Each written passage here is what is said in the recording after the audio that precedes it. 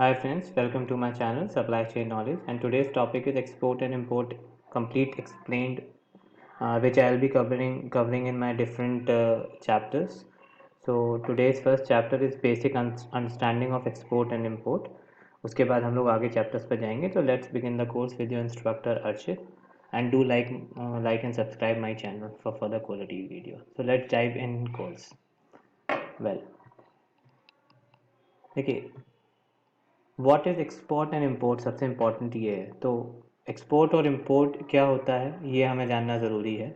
अगर कोई भी सर्विस या प्रोडक्ट अगर हम अपनी कंट्री के बैरियर से बाहर भेज रहे हैं टैक्स और ड्यूटीज़ पे करके, तो उसको हम लोग एक्सपोर्ट बोलते हैं.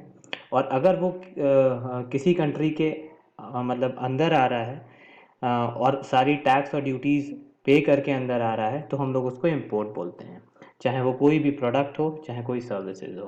तो यही बेसिकली एक्सपोर्ट इम्पोर्ट है. जैसे कि हम लोग एंशियंट टाइम में बार्टर सिस्टम करते थे, सेम इम्पोर्ट और एक्सपोर्ट बहुत इंपॉर्टेंट है हर एक कंट्री के लिए, क्योंकि हर एक कंट्री में कुछ रिसोर्सेज डेफिसिट में होती हैं, कुछ रिसोर्सेज एक्सेस में होती हैं. तो बेसिकली एक्सपोर्ट इम्पोर्ट हेल्प करता है आपकी मनी सर्कुलेशन में, आपकी रिसोर्स सर्कुलेशन में, और इससे बहुत सारा मनी भी जनरेट होता है. तो जो नीडी कंट्रीज़ हैं उनको जो चीज़ रिक्वायर्ड है वो मिलती है, और जो कंट्रीज़ में जो नीड होगी वो ये एक्सपोर्ट और इम्पोर्ट फुलफ़िल करता है इन अ बिगर पर्सपेक्टिव. तो एक्सपोर्ट और इम्पोर्ट में बेसिकली टू पार्टीज़ इन्वॉल्व होती हैं जो मैंने बताया. एक होती है इम्पोर्टर और दूसरा होता है एक्सपोर्टर.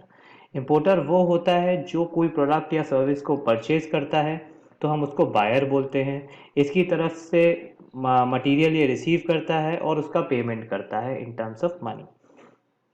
ऐसे ही सेलर जो होता है वो अपना प्रोडक्ट और सर्विस सेल करता है और उसके अगेंस्ट में वो एक्सपेक्ट करता है कि उसको पैसा मिले. अब ये सेलर इंपोर्टर और एक्सपोर्टर में सबसे बड़ी प्रॉब्लम ये होती है कि जब ये डोमेस्टिकली आप किसी के साथ बिजनेस करते हैं और with in a same country करते हैं, तो आपको बहुत सारी चीज़ें ईजिली अवेलेबल हो जाती हैं. आपको उस कंट्रीज़ के टैक्स लॉज, वहाँ का बिजनेस करने का एनवायरनमेंट जो होता है, जो जीएसटी का रिक्वायरमेंट होता है, जो वहाँ की टैक्सेशन लॉ होती हैं, और सोशल इकोनॉमिकल कंडीशन जो भी वहाँ पर रिलेटेड होती हैं, वहाँ की पॉलिटिकल कंडीशन, आपको सब नो हाउ होती है. लेकिन अगर आप मान लीजिए एक कंट्री से दूसरे कंट्री में कोई ट्रेड करते हैं, तो वहाँ पर सबसे बड़ी प्रॉब्लम आती है ट्रस्ट की. अगर आप किसी के साथ अपनी बिजनेस रिलेशनशिप बनाना चाह रहे हैं, तो आप ये इंश्योर करना चाहेंगे कि जिसके साथ आप बिजनेस कंटिन्यू करेंगे वो ट्रस्ट वर्दी है या नहीं. तो जहाँ पर दो कंट्रीज़ इन्वॉल्व होते हैं, दो पार्टीज़ इन्वॉल्व होती हैं, बिजनेस स्टार्टअप होता है, वहाँ पर एक बहुत इंपॉर्टेंट चीज़ रिक्वायर्ड होती है, how to build trust. And that trust जो होता है वो डेवलप करता है हमारा ट्रेड एग्रीमेंट के थ्रू. ये जो ट्रेड एग्रीमेंट होता है ये बेसिकली एक ऑब्लिगेशंस होती हैं कि ये इस आदमी ने या इस पार्टी ने मुझे ये मटेरियल दिया, उसके अगेंस्ट में मेरा ये पेमेंट है. इसमें बहुत सारे इसमें बैंक भी इन्वॉल्व हो सकते हैं. अगर एक एक्सपोर्टर इंपोर्टर को ट्रस्ट का इशू है तो bank as a mediator play करता है. तो उसके लिए बेसिकली जो ट्रेड एग्रीमेंट्स होते हैं, these are all the obligations listed to build trust. और इनकी कुछ टर्म्स और कंडीशंस होती हैं. जैसे बहुत तरह के रिस्क होते हैं अगर आप दो एक्सपोर्ट इंपोर्टर करते हैं. मैंने कंप्लीट एक इसका सेशन बनाया हुआ है, आप जाके उसको एक बार चेक करेंगे तो आप इजीली उसको समझ पाएंगे. और इसमें जैसे आपका क्रेडिट का रिस्क होता है, ट्रांसपोर्टेशन रिस्क होता है, लॉजिस्टिक्स रिस्क होता है, बहुत सारे लीगल रिस्क होते हैं दूसरे कंट्रीज़ में, बहुत सारे उनके टैक्सेशन के इश्यूज होते हैं जिनके बहुत सारे मिटिगेशन प्लान्स होते हैं. आप उनको लेकर उनको अवेल कर कर इनको मिटिगेट कर सकते हैं जो रिस्क होते हैं. तो ये बेसिकली एग्रीमेंट में सब कुछ लिस्टेड होता है. इसमें इनको टर्म्स लिस्टेड होते हैं, पेमेंट टर्म्स लिस्टेड होते हैं, डिलीवरी टर्म्स लिस्टेड होते हैं, जिसमें ये जो बायर और सेलर होते हैं इनको मालूम होता है कि मेरी कॉस्ट और मेरी रिस्पॉन्सिबिलिटी कहाँ से कहाँ तक है. तो इनको टर्म्स के लिए मैं सेपरेट चैप्टर में आपको बताऊंगा क्या होते हैं, और इनकी वैल्यू बहुत होती है, और इसमें हर एक तरह की चीज़ लिस्टेड होती है ट्रेड एग्रीमेंट्स में. तो इस ट्रेड एग्रीमेंट्स के बाद जो क्रॉस बॉर्डर गवर्नमेंट पॉलिसीज़ होती हैं, टैक्स लॉज होती हैं और ट्रेड बैरियर्स होते हैं. देखिए कोई भी कंट्री में अगर आप एक्सपोर्ट कराना चाह रहे हैं, किसी कंट्री में इंपोर्ट कराना चाह रहे हैं, तो अगर किसी कंट्री में आप इंपोर्ट कराते हैं तो गवर्नमेंट उसके लिए बहुत सारे ट्रेड बैरियर्स भी लगाती है, क्योंकि उसको अपने डोमेस्टिक प्लेयर्स को सेफगार्ड करना होता है। जैसे अब हम लोग मेक इन इंडिया सुन रहे हैं, तो उन पे अगर कोई आप चीज़ इंपोर्ट करते हैं जो ऑलरेडी एडिक्वेट क्वांटिटी में इंडिया में अवेलेबल है, तो अपनी डोमेस्टिक मार्केट को सेव करने के लिए बहुत सारी ट्रेड बैरियर पॉलिसीज़ लगाते हैं, प्रोटेक्शन पॉलिसीज़ लगाते हैं। उन प्रोटेक्शन पॉलिसीज़ गवर्नमेंट लगाती है जो पर्टिकुलर किसी कमोडिटीज़ पे वो लगाती है और इंश्योर करती है कि उसकी डोमेस्टिक मार्केट सेफ गार्ड रहे।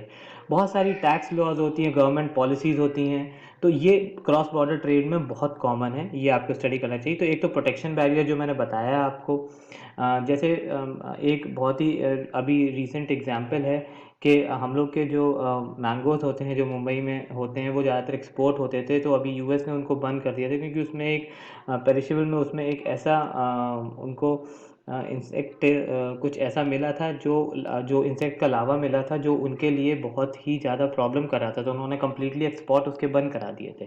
तो ये अलग अलग प्रोटेक्शन बैरियर्स होते हैं। एक एम्बार्गो होते हैं, एम्बार्गो में कम्प्लीटली अगर आपके बिल्कुल भी कोई टर्म्स अच्छे नहीं है किसी कंट्री के साथ, तो कंप्लीट उससे ट्रेड बंद करवा सकते हैं।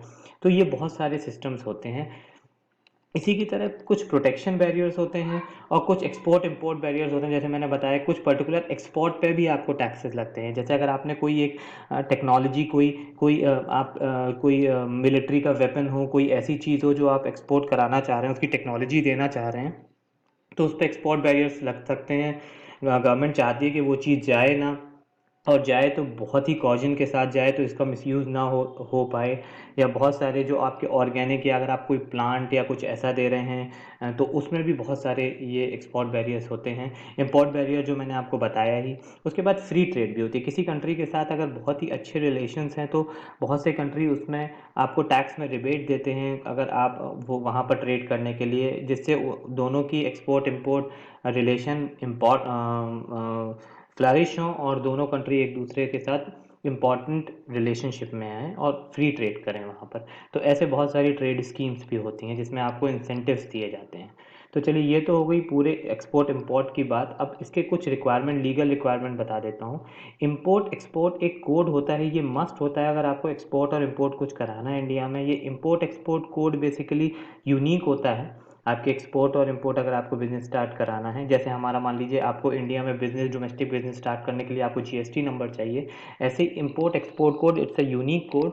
और ये जो देता है वो director general of foreign trade आपको इशू करता है। तो ये यूनिक लाइसेंस आपको ज़रूर चाहिए, यूनिक कोड।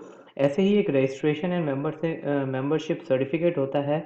तो ये जो रजिस्ट्रेशन कम मेंबरशिप सर्टिफिकेट होता है, ये आपको रिक्वायर्ड, मतलब ये मैंडेटरी नहीं है कि आपके पास हो, लेकिन ये होता है बेसिकली जो बहुत सारी कमोडिटीज़ रन कर रही हैं अलग अलग, इसमें बहुत सारी कमोडिटी की अलग अलग इंस्टीट्यूशंस हैं, वो आपको मेंबरशिप और सर्टिफिकेट्स ये देती हैं, जिससे आप जो डिफरेंट इंसेंटिव स्कीम्स आ रही हैं आप उनको अवेल कर पाएँ, उन इंसेंटिव स्कीम्स के थ्रू अपना टैक्स सेविंग कर पाएँ, आप टैक्स में रिबेट ले पाएँ। तो इसके लिए जिस कमोडिटी में आप डील कर रहे हैं वहाँ पर आपको रजिस्ट्रेशन या मेंबरशिप सर्टिफिकेट आपके पास, अगर आप उसको अवेल करेंगे जिस कमोडिटी में आप डील कर रहे हैं, तो आपको बहुत बेनिफिट मिलेगा।